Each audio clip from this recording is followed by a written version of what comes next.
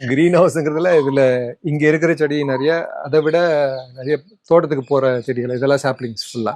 சாப்பிளிங். Okay. தோட்டத்துக்கு போக வேண்டிய சாப்ளிங்ஸ் வந்து அங்கே மழை இல்லைல்ல, ஸோ அதனால வந்து மழை வர்றதுக்கு வெயிட்டிங். ஸோ இந்த மான்சூன்ஸ்ல எல்லாமே காலி ஆயிடும். ஷிஃப்ட் பண்ணுறீங்க. அண்ட் பொதுவாக எங்களோட வீடுகள் எல்லாம் வந்து காலிங் பெல் வச்சிருப்போம். நம்ம ஆக்சுவலா அதுக்கு பேர் நம்மளும் காலிங் பெல் வச்சுக்கிட்டோம். பட் ஆக்சுவல் பெல் அங்க இருக்கு உங்க வீட்டுல.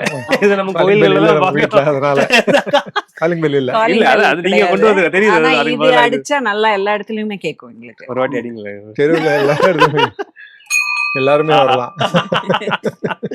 ஏதோ ஒரு இன்ட்ரெஸ்டிங்கான விஷயமா இருக்குது. ஏன்னா யூஸ்வலா வீடுகளில் பார்க்க மாட்டோம் நம்ம, இந்த மாதிரி கோயில்கள்ல தான் பார்ப்போம். நம்ம உள்ள பார்க்கலாம். கண்டிப்பா வாங்க.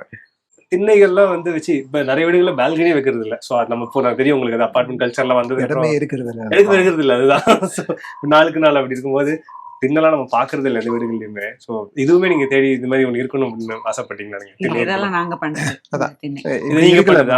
அங்கதான் மெயின் டோர் அங்கதான் இருக்கும் முதல்ல எல்லாம். அந்த மாதிரி வீடெல்லாம் அப்படிதான் இருக்கும், திண்ணை இருக்காது. கிராமத்துல மட்டும்தான் திண்ணை இருக்கும். கரெக்ட். அவ்வளவு இடம் கிராமத்துல தான் இருக்கும்.